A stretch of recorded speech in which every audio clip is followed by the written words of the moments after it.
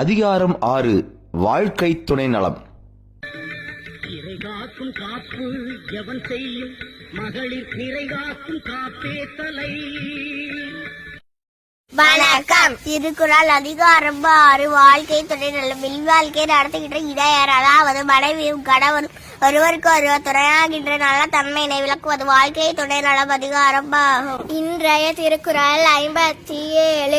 சிறைகாக்கும் காப்பு எவன் செய்யும் மகளிர் நிறைகாக்கும் காப்பே தலை. பொருள்: பெண்களை அடக்கி வைத்து காக்கின்ற காவலால் என்ன பயன்? அவர்கள் தம் நிறைவான குணங்களால் தம்மை தாமே காத்துக் கொள்வதுதான் தலையாய காவலாகும். இன்றைய திருக்குறள் 57. சிறை காக்கும் காப்பு எவர் செய்யும் மகளிர் நிறை காக்கும் காப்பே தலை.